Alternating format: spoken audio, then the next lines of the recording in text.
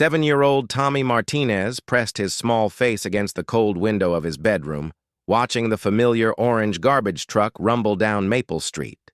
Every Tuesday and Friday at exactly 7:30 in the morning, the same truck would arrive, and the same kind garbage man would wave at Tommy through his window. The boy had grown to love these brief moments of connection with the friendly worker who always wore a bright smile beneath his weathered baseball cap. But this morning was different. As Tommy watched, he noticed something that made his stomach twist with worry. Behind the garbage truck, about 3 houses down, a man in a dark jacket was following at a distance, ducking behind cars and mailboxes whenever the garbage worker looked around. The mysterious man carried a large black bag that seemed heavy, and he kept checking his phone while glancing nervously at the garbage truck. Tommy's mother, Maria Martinez, was downstairs preparing breakfast for the family. She worked 2 jobs to support Tommy and his little sister Sophia, often leaving early in the morning and returning late at night. Their father had passed away 2 years earlier in a construction accident, leaving Maria to raise the children alone in their small rental house on the quiet suburban street. The garbage man, whose name was Robert Bobby Chen, had been working this route for over 15 years. He knew every family on Maple Street, remembered their names, and often brought small gifts for the children during holidays. Bobby was a divorced father of 2 teenage daughters who lived with his ex-wife in another state. He sent them money every month and called them every Sunday evening without fail. As Bobby worked his way down the street, emptying bins and greeting the few early-rising neighbors, he remained unaware of the figure following him. The mysterious man stayed hidden, timing his movements carefully to avoid detection. Tommy watched with growing anxiety as the scene unfolded below his window. When Bobby reached the Henderson house at 847 Maple Street, something unexpected happened. The man in the dark jacket suddenly rushed forward and threw his black bag into the garbage truck just as Bobby was about to move to the next house. The stranger then quickly disappeared around the corner, leaving Bobby confused and unaware of what had just occurred. Tommy's heart raced as he realized he might have witnessed something important. 3 weeks earlier, Mrs. Henderson, an elderly widow who lived alone, had suddenly disappeared. The police had searched her house and the surrounding neighborhood, but found no trace of her. Missing person flyers with her photograph were still posted on telephone poles throughout the area. The boy remembered overhearing his mother talking on the phone with their neighbor, Mrs. Rodriguez, about how strange Mrs. Henderson's disappearance was. They had mentioned that her house had been left exactly as if she had just stepped out for a moment, with her purse on the kitchen counter and her favorite tea still warm in the cup. The only unusual thing was that her basement door had been found wide open, which was odd because Mrs. Henderson rarely went downstairs due to her arthritis. Tommy knew he had to act quickly. He threw on his clothes and raced downstairs, his small feet barely making a sound on the wooden steps. He grabbed his jacket from the hook by the front door and burst outside into the crisp autumn morning. The garbage truck was already 2 houses away, and Bobby was methodically working his way down the street. Running as fast as his legs could carry him, Tommy called out to Bobby. His voice cracked with emotion and urgency as he tried to get the garbage man's attention. Bobby, who was used to children running out to say hello, initially smiled and waved. But as Tommy got closer, Bobby could see the tears streaming down the boy's face and the panic in his young eyes. "Mr. Bobby! Mr. Bobby!" Tommy shouted, his breath visible in small puffs in the cold morning air. "You have to stop! Something bad happened!" "The man put something in your truck!" Bobby immediately stopped what he was doing and knelt down to Tommy's level. He had learned over the years that when children were this upset, it was important to listen carefully. Bobby's own daughters had taught him that kids often notice things that adults missed, and their instincts were usually right.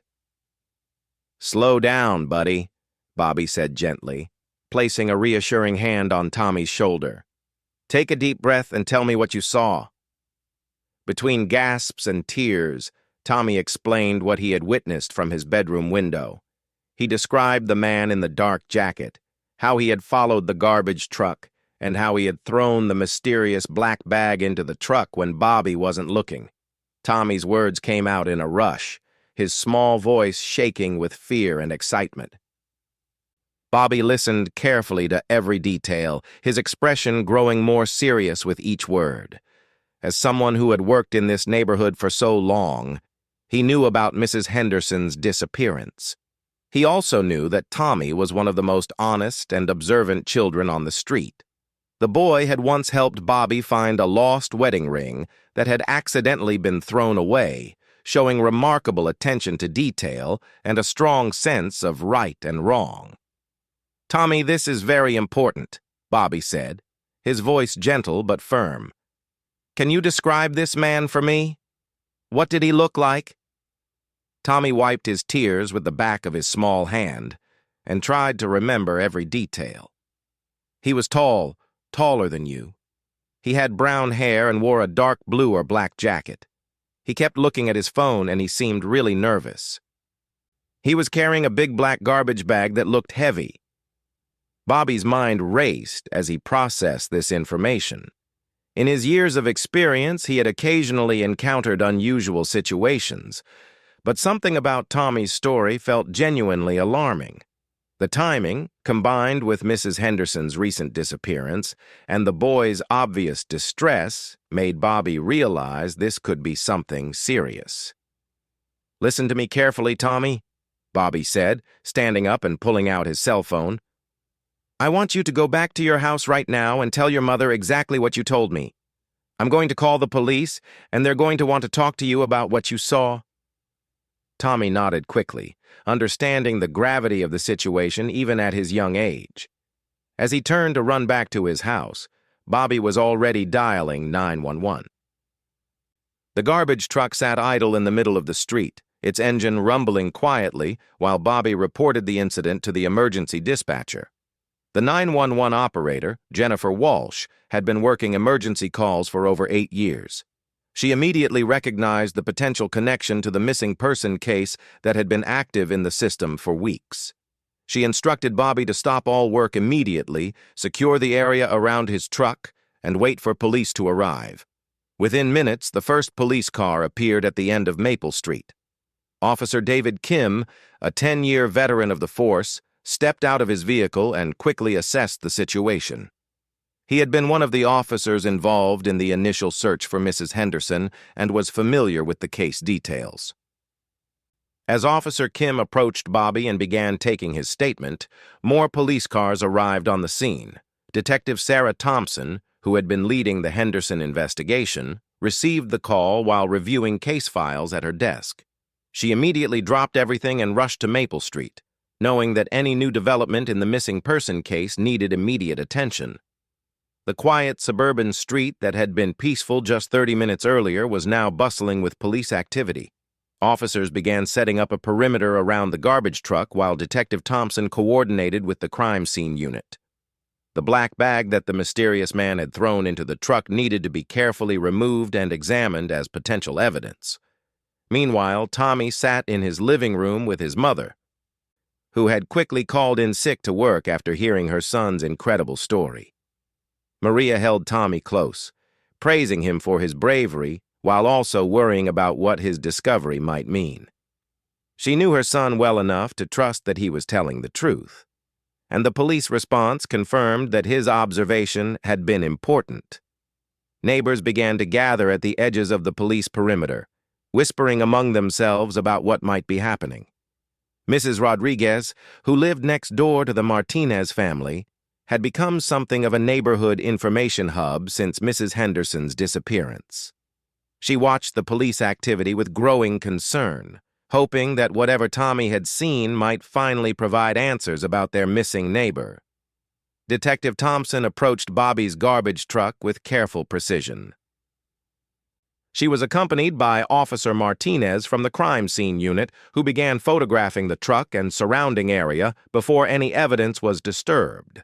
The black bag was still visible among the other garbage that Bobby had collected during his morning route. As the investigation team prepared to examine the mysterious bag, more details about Tommy's observation came to light. The boy had provided such a detailed description of the suspicious man that police were able to create a preliminary suspect profile. His ability to recall specific details about the man's appearance, behavior, and timing impressed the experienced officers. The neighborhood had been quiet and safe for as long as most residents could remember.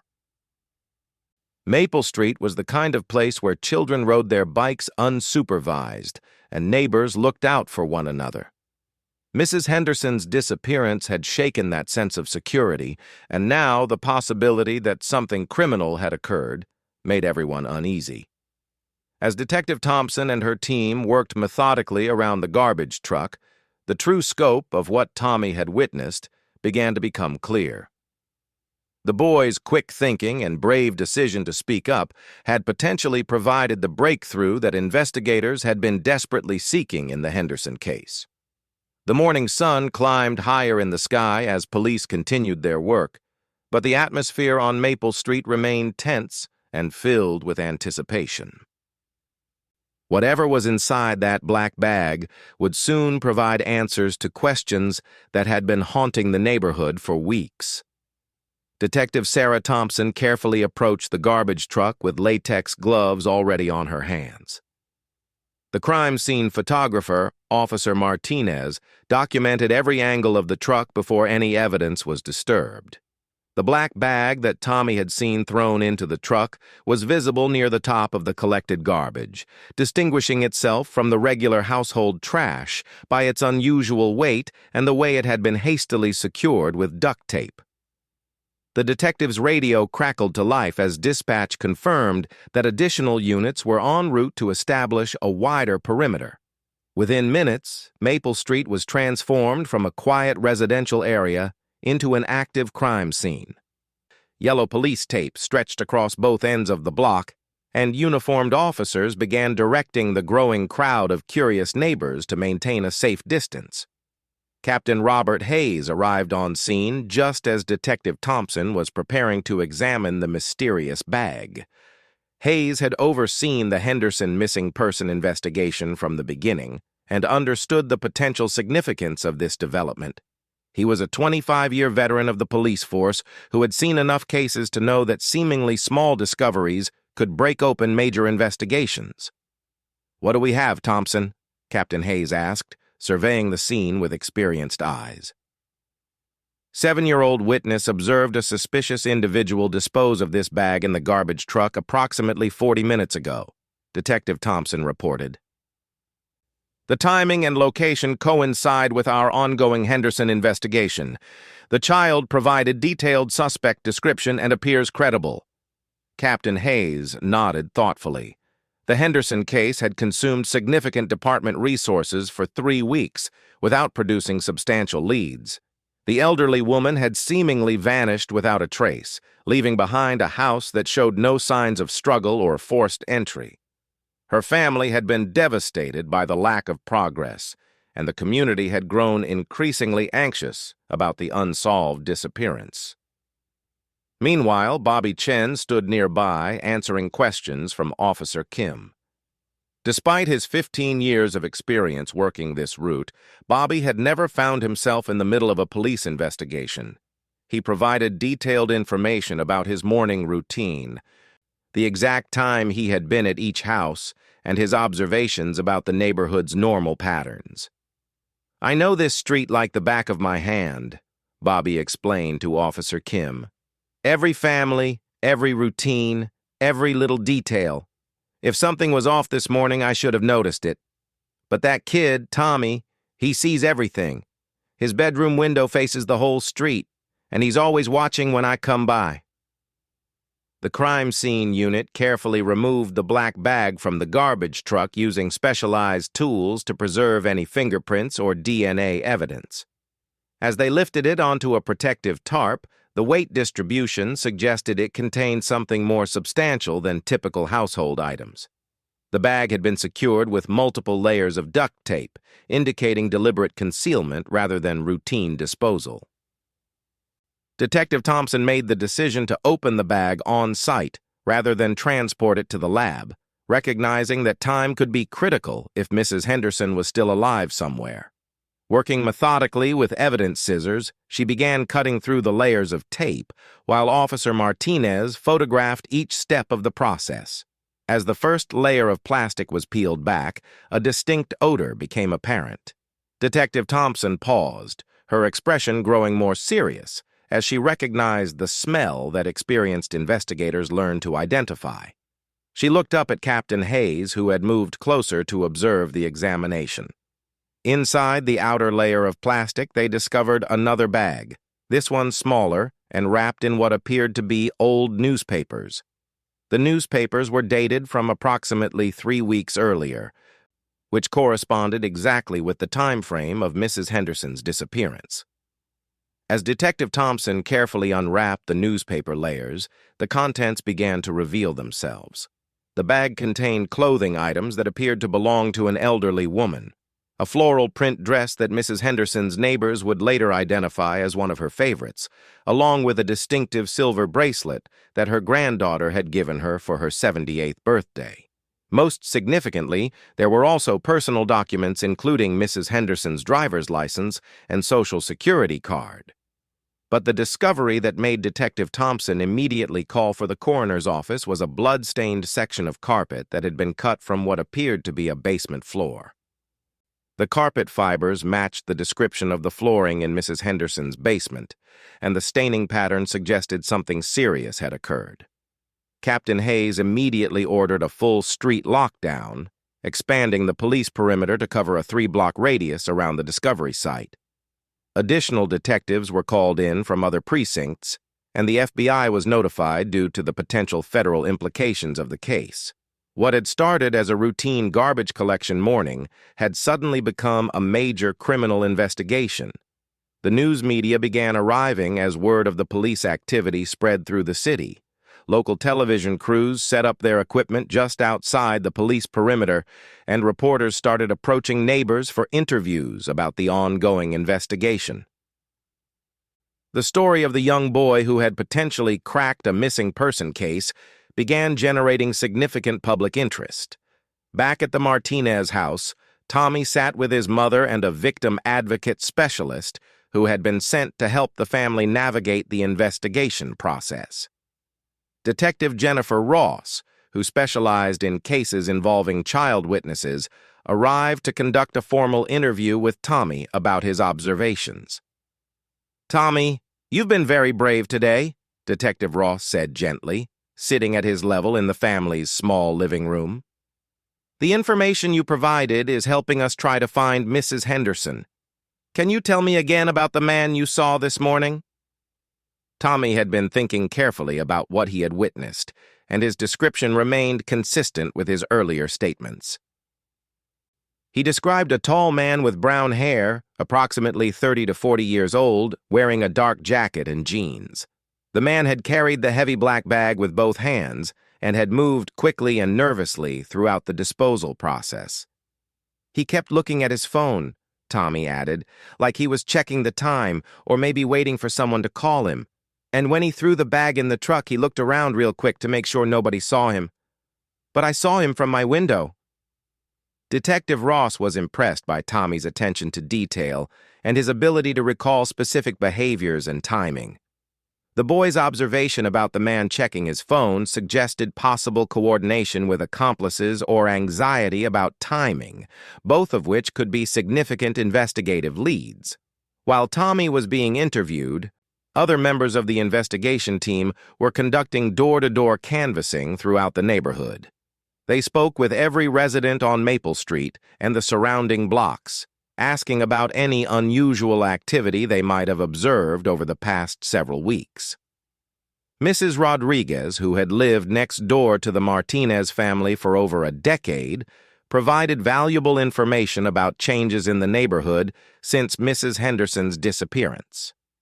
She had noticed several unfamiliar vehicles parked on their street at odd hours, including a dark sedan that had appeared multiple times late at night. "I thought it might be relatives coming to help with the search," Mrs. Rodriguez explained to Detective Williams. But the car never stopped at Mrs. Henderson's house. It would just park for a while and then leave. I should have written down the license plate number, but I didn't think much of it at the time. The investigation team also discovered that Mrs. Henderson's house had been cleaned professionally just 2 days after her disappearance was reported. The cleaning service had been hired by someone claiming to be her nephew, but when police checked with Mrs. Henderson's family, they confirmed she had no nephews. The cleaning had been paid for in cash, and no identification had been required from the person who arranged it. Detective Thompson coordinated with the crime lab to expedite processing of the evidence found in the black bag. DNA testing would be conducted on the blood-stained carpet, while fingerprint analysis would be performed on all the personal items.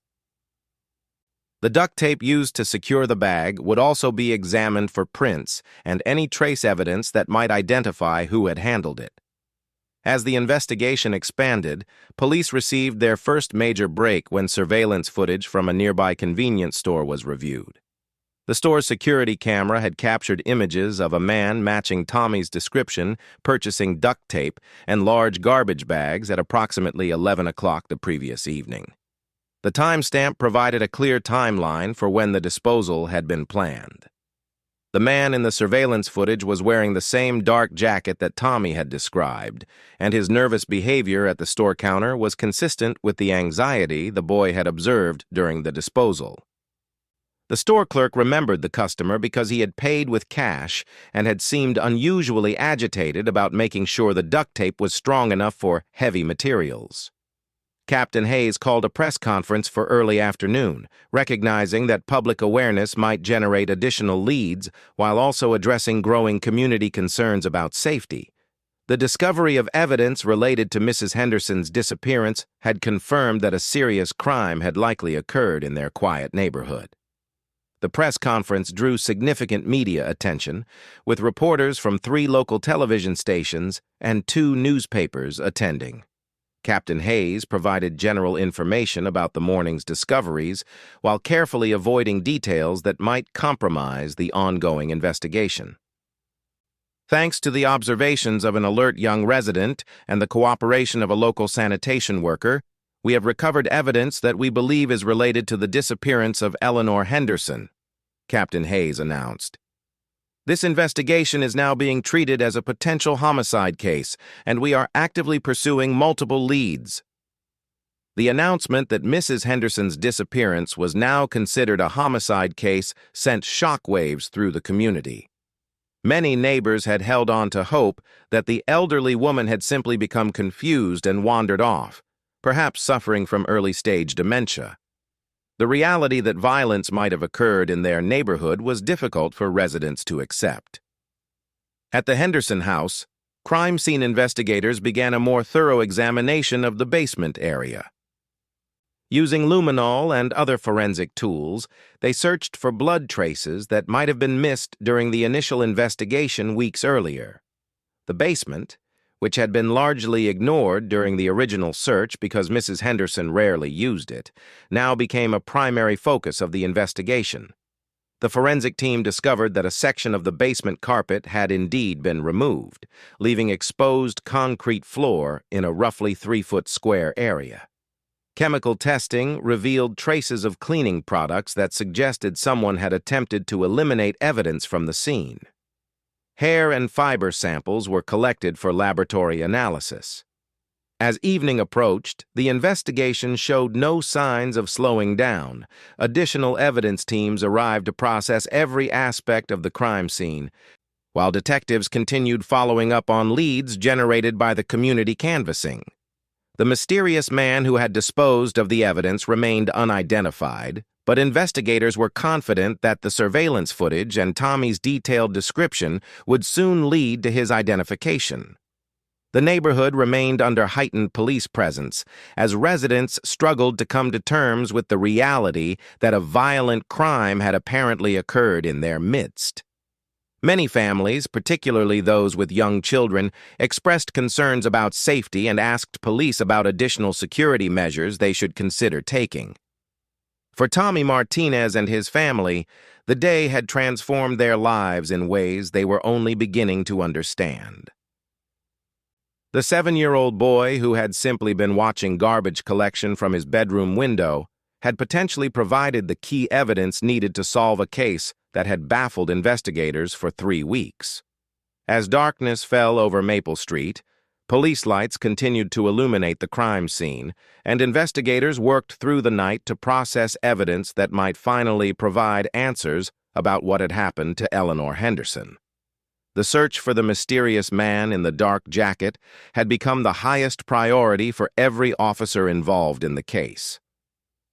The breakthrough came at 6:15 the following morning, when Detective Thompson received a call from the State Crime Laboratory. The fingerprint analysis of the duct tape had produced a match in the criminal database. The prints belonged to Marcus Webb, a 34-year-old man with a history of burglary and assault charges, who had been released from prison just 2 months before Mrs. Henderson's disappearance. Detective Thompson immediately ran Webb's information through the system and discovered that he had been working as a handyman in the neighborhood under a false name. According to employment records, he had been hired by several residents on Maple Street to perform various home repairs and maintenance tasks. Most significantly, Mrs. Henderson had hired him to fix her basement stairs just 1 week before she disappeared.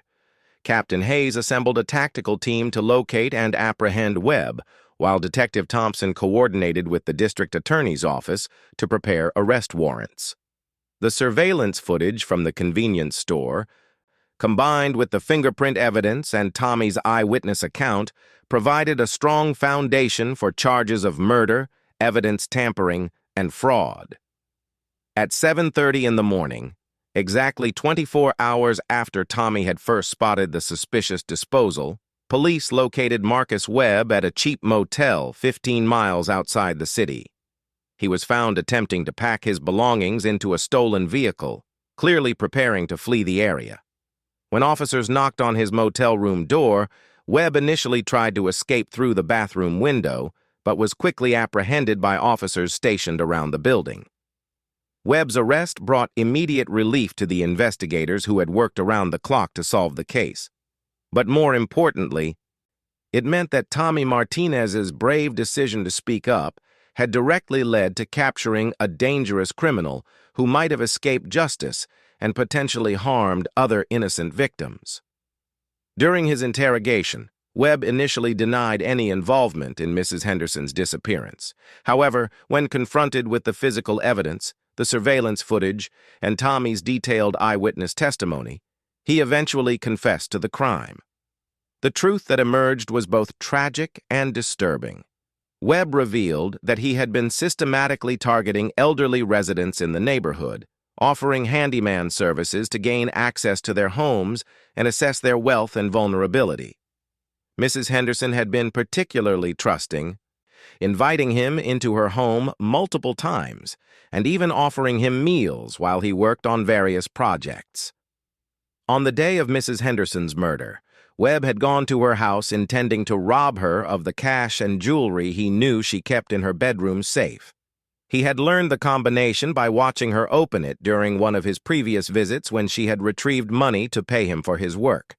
Mrs. Henderson had surprised him by coming home early from her doctor's appointment, catching him in the act of emptying her safe. In a panic, Webb had struck her with a heavy wrench he was carrying for his supposed repair work.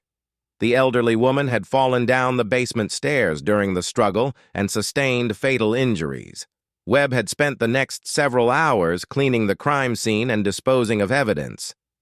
He had cut out the blood-stained section of carpet, gathered Mrs. Henderson's personal belongings, and carefully wrapped everything in plastic bags. His plan had been to dispose of the evidence gradually over several weeks to avoid suspicion. The most disturbing aspect of Webb's confession was his revelation about what he had done with Mrs. Henderson's body. He had buried her in a wooded area approximately 30 miles from the city, in a location that he had scouted specifically for disposing of evidence from his criminal activities. Detective Thompson immediately dispatched search teams to the location Webb had described. Using ground-penetrating radar and cadaver dogs, investigators located Mrs. Henderson's remains within hours of receiving the information. The discovery brought closure to her family, while also providing the final evidence needed to ensure Webb would face the maximum possible charges. The news of Webb's arrest and confession spread rapidly through the community. Neighbors who had trusted him with access to their homes felt violated and grateful that his crime spree had been stopped. Several other elderly residents came forward to report suspicious behavior they had observed from Webb during his visits to their homes. Mrs. Rodriguez, who had provided valuable information during the investigation, expressed her amazement at how events had unfolded. If Tommy hadn't been watching from his window at exactly the right moment, this monster might have gotten away with murder, she told reporters. That little boy saved our whole neighborhood. The Martinez family found themselves at the center of media attention as news outlets picked up the story of the 7-year-old hero who had helped solve a murder case. Tommy, however, seemed more interested in returning to his normal routine than in the fame his actions had generated. "I just wanted to help find Mrs. Henderson," Tommy explained to a reporter who interviewed him with his mother's permission. "She was always nice to me when I rode my bike past her house. It wasn't fair for someone to hurt her." Bobby Chen, the garbage man whose cooperation had been crucial to the investigation's success, was also recognized for his role in ensuring that Tommy's observation led to immediate police action. The sanitation department commended Bobby for his quick thinking and professional handling of an unusual situation. "In 15 years of working this route, I've learned to listen when kids have something important to say," Bobby reflected. Tommy's a special kid, and his attention to detail probably prevented a killer from getting away with his crime. The investigation revealed that Webb had been responsible for several other unsolved burglaries in the area over the past 2 months. His arrest cleared multiple cases and led to the recovery of stolen property from at least 6 other victims. Police estimated that his criminal activity in the neighborhood would have continued escalating if not for Tommy's intervention. Mrs. Henderson's family, while devastated by the confirmation of her death, expressed gratitude to Tommy and everyone who had contributed to solving the case. Her granddaughter, Sarah, visited the Martinez family to personally thank Tommy for his courage. "My grandmother would have loved knowing that a brave young boy helped bring her justice," Sarah told Tommy during their emotional meeting. "She always believed that children see the world more clearly than adults do, and you proved her right."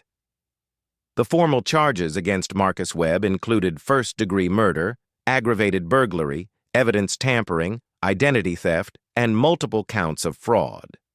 Given the premeditated nature of his crimes and his pattern of targeting vulnerable elderly victims, prosecutors announced they would seek the maximum sentence allowed under state law.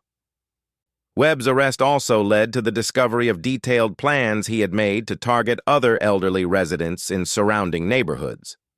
Police found notebooks in his motel room containing addresses, schedules, and personal information about dozens of potential victims. His crime spree could have affected many more families if not for Tommy's observation and quick action. The trial, which began 6 months later, attracted significant public attention due to Tommy's role in solving the case. The young boy's testimony was delivered via closed-circuit video to protect him from the stress of appearing in court, but his detailed account of what he had witnessed proved crucial to the prosecution's case. During the trial, Webb's defense attorney attempted to challenge the reliability of a child witness, but Tommy's consistent and detailed testimony, supported by physical evidence and surveillance footage, made his account unshakable. The jury deliberated for only 3 hours before returning a guilty verdict on all charges. Webb was sentenced to life in prison without the possibility of parole, ensuring that he would never again pose a threat to elderly victims or any other members of the community. The judge specifically mentioned Tommy's courage during the sentencing, noting that the boy's actions had protected countless other potential victims. The case had a profound impact on the entire neighborhood and the broader community. Local police implemented new programs to educate residents about identifying and reporting suspicious activity, while social services established additional check-in programs for elderly residents living alone. Tommy returned to his normal routine of watching the garbage truck from his bedroom window every Tuesday and Friday morning. Bobby Chen continued to wave at him during each visit, but their relationship had been forever changed by the shared experience of helping to solve a serious crime. The Martinez family used the reward money they received for helping to solve the case to establish a college fund for Tommy and his sister Sophia. Maria Martinez was able to reduce her work schedule and spend more time with her children, grateful that her son's safety and well-being had not been compromised by his involvement in such a dangerous situation. Mrs. Vidales Henderson was laid to rest in a ceremony attended by hundreds of community members who had been touched by her story and impressed by the young hero who had helped bring her killer to justice. Tommy and his family attended the service, where he placed a small bouquet of flowers on her grave. The story of Tommy Martinez and his role in solving Mrs. Henderson's murder became a local legend that was retold for years afterward. Parents used his example to teach their children about the importance of speaking up when they witnessed something wrong, while police departments throughout the region began taking child witness reports more seriously. Years later, when Tommy was asked about his decision to approach Bobby Chen that morning, he would always give the same simple answer. It was the right thing to do. Mrs. B. Henderson needed someone to help her, and I was the one who saw what happened. The case demonstrated how ordinary citizens, regardless of their age, could play a crucial role in ensuring that justice was served. Tommy's courage and Bobby's willingness to listen had combined to solve a case that might otherwise have remained unsolved indefinitely. The Maple Street neighborhood eventually returned to its peaceful atmosphere, but residents never forgot the lesson they had learned about the importance of looking out for one another. Mrs. Henderson's house was eventually sold to a young family with children, and the cycle of community care and vigilance continued. Detective Thompson, who had led the investigation, often spoke at police training seminars about the importance of taking all witness reports seriously, regardless of the age of the witness. Tommy's case became a textbook example of how careful attention to detail and quick action could break open even the most challenging criminal cases.